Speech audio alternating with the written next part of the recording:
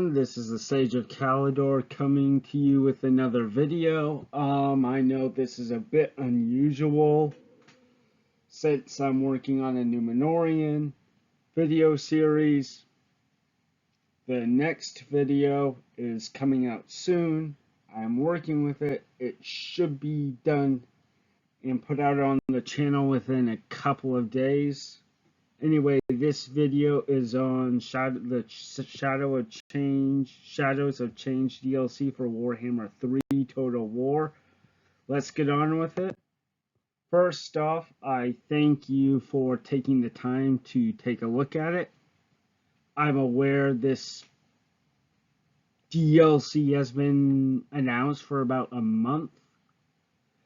I will say this to you, this is not going to be a review of anything whatsoever. There's plenty of those on. Why I didn't do a video, a reaction video, well, simply put, I was busy with other things and a lot of other people did them. I did not do a what I think about units for Keslev or Cathay or Tzeentch. All I will say is I thought the trailer was pretty cool. But this is more on the Shadows of Change DLC announcement. I will say this.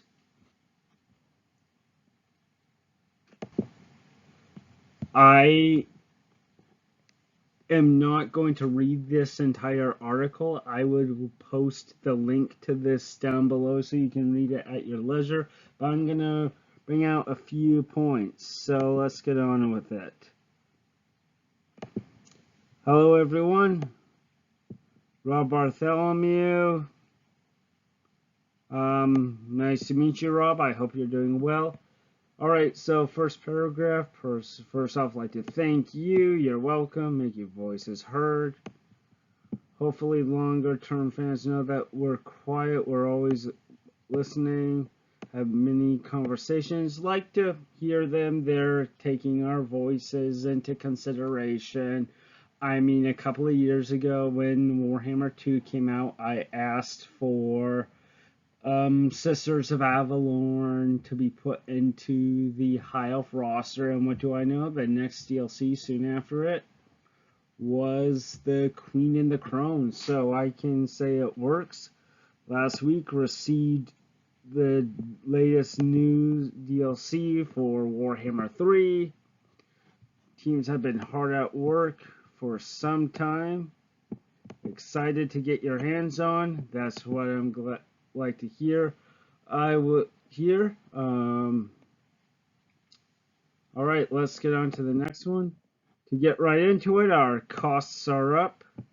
Unfortunately, that means that prices have to rise. No, any increase is going to be tough, and any increase today is going to be more noticeable. I will say, you know what, that's the reality with business, supply and demand. More demand, raise the price. It's kind of how it works, really. No good time to increase prices, not taking it lightly. I have nothing else to say. I pretty much agree with what it said, what is said here. Challenge ourselves to think this cost still offers good value. Up to each of us to decide. Do it as long as we can. That's good. They are still trying to do their best. I'm glad to hear they are still trying to do their best and they want to do their best. So, yeah, I'm glad to hear how it's going on. And judging by on what I noticed, I'm pretty satisfied. So that's me so far. Update from Rich Altridge, Senior Game Director. Shadows of Change wanted to break the mold, past DLCs, bring as much content as possible, we have all our favorite lords, heroes, and races. Restricting products to a single race or faction hadn't always met expectations. Hope to improve the pace. Okay, fair enough. I mean, I am just in favor of elves and to a lesser extent lizardmen, but Cathay is also kind of cool, so I have no opinion about this. I mean, I prefer this. I mean, yeah. I'm late to the game because I would like to play the Vortex one, but I don't have the luxury to do that, so I'm just playing the Warhammer 3 stuff and the major Immortal Empires, but I can live with what's going on. Break the mold. Yeah, I have nothing to say right here. I mean, I have some of my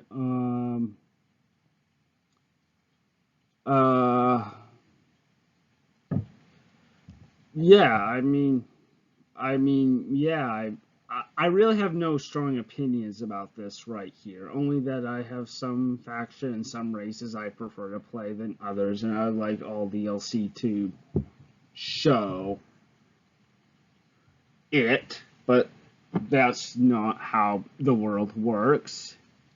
Created in Shadows of Change and Update, Changeling plays like no other, scheming and such, okay. Irrelevant to me in my opinion. I think it's cool they're excited. Itching to see how get on with Yuen-Bo and Mother Ostankia. Two new characters have their own agendas and are ruthless in their actions. No strong opinion here. Still like how it's going. Talking of the patch, host of fixes. I haven't noticed any of this. I mean, so far, I mean, I really have no idea why people are complaining about the problems of the bugs and such from Warhammer 2 or Warhammer 3 or stuff. I mean, the game, nothing's perfect. There's no such thing as anything perfect. I mean, from what I read and what I know, it's difficult to fix bugs, but the game is decent. Maybe a few glitches every so often, but all games do. Really, some of the bugs that they mention, I barely notice at all. I mean, games have bugs and they have fixes over time. That is a general thing. It's not easy. It's not perfect. It's a continual process. So I'm just glad they're kind of working out. So yeah, to wrap it up, can't stress how much want best for the game and provide with fun and memorable experiences, changing the current content formula, making improvements behind the scenes. I think this is key right here. We do not know what is going on behind the scenes, and we just have to take what they say with a grain of salt that they're doing it as best they can. Thanks for always renewing supports. Hope you enjoy Shadows and Change once it's in your hands. Thank you very much. Alright, so to recap. We know this is a tough change for some of our players. No means some would want to wait for future discounts or sales. Explanation does not make the situation easier. Important to hear from us. Hope it'll clarify why this decision has been made. I mean, personally, I have no problem with it. I mean, okay. I mean, I do not like the $20 or so compared to usual $15. But I mean, I've already pre-ordered it. A 10% discount is better than none. And I mean, that's the reality of the market, supply and demand. Creative Assembly has mouths to feed. They have people to pay. They have they have people to pay, so they have to make tough changes. That is the reality of a consumer service. Finally, need to ask to stop directing abuse at individual team members. Frustrated, these are human beings, spend a lot of hours, treated with respect. I agree with that completely. So yeah, price increase, but you know what? This is where it's all coming down. I have no problem with what Games Workshop has done. I mean, for a bit, I was like, oh my word, I can't believe it. But as I took a step back, I realized this is the nature of how markets work: supply and demand. Creative Assembly failed with Three Kingdoms. I think they should have not given up with it. Total War Pharaoh is an uncertainty. Their primary source of income is Warhammer Total War series. That's it. That's it. That's their primary form of getting income. That's their best form of getting income right now. So it makes sense they will do the best they can with it. And they have stockholders to please. And we don't know who these are. I mean, you can say they are rich people, but they could be regular people like me and you. Either way, it doesn't matter. They are people that say, hey, I will invest in this company. And they also have employees, not just the people sitting in the office, but regular people like me and you. That's it. And I heard some people saying, oh, they're just being fed peanuts. I say this. The average salary for someone that works at Creative Assembly is $18 to $20 an hour. That is more than working at Hannaford, a rather good and prestigious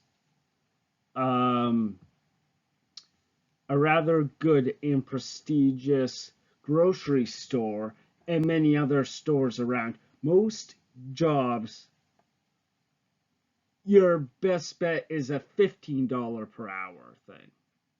So this salary is actually pretty decent, all things considered. Furthermore, I'm willing to bet any of you that's like, oh, peanuts, have no understanding with how markets or economy works. But that is my own 2 cents.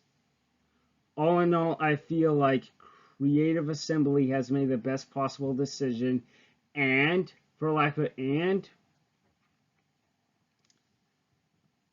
since it's a discount right now, get it while it's still a discount. And that is what I did. I already bought it. I admit the only reason why I bought it was so I could play as a Jade Dragon, because I like Grand Cathay and I thought he was rather cool. I am someone that prefers melee generals over spellcasters. I disagree with what some people who said the Shugen's dragon-blooded Shugen's lords are the better lords. I do not agree. I am someone that puts my generals into hand-to-hand combat to battle the enemy lords and have spellcaster support. This DLC gives me that. A melee general that I can use. A melee legendary lord that's also a pretty good spellcaster and turns into a dragon. And more forces for Grand Cathay. And furthermore, with some of his abilities, he plays similar to a High Elf faction, which is a faction I'm getting rather specialized at. So I feel like I have no problems with it. And this is the end of my video. To recap, yeah, Creative Assembly has upped their price. Of course, many of you would not like it. But I would like you to think about this. They are trying something new. They are putting 3 different factions, 3 different races into one DLC pack. I think around $20 is a fair sum to ask, especially with the whole supply and demands market sort of thing.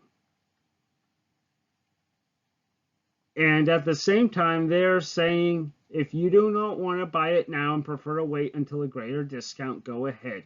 We'll continue to do the best we can. Anyone that says Games Workshop is holding the game hostage, I feel like they need to get their heads out of their brain, out of the sand, and start seeing reality. Games Workshop is not doing it.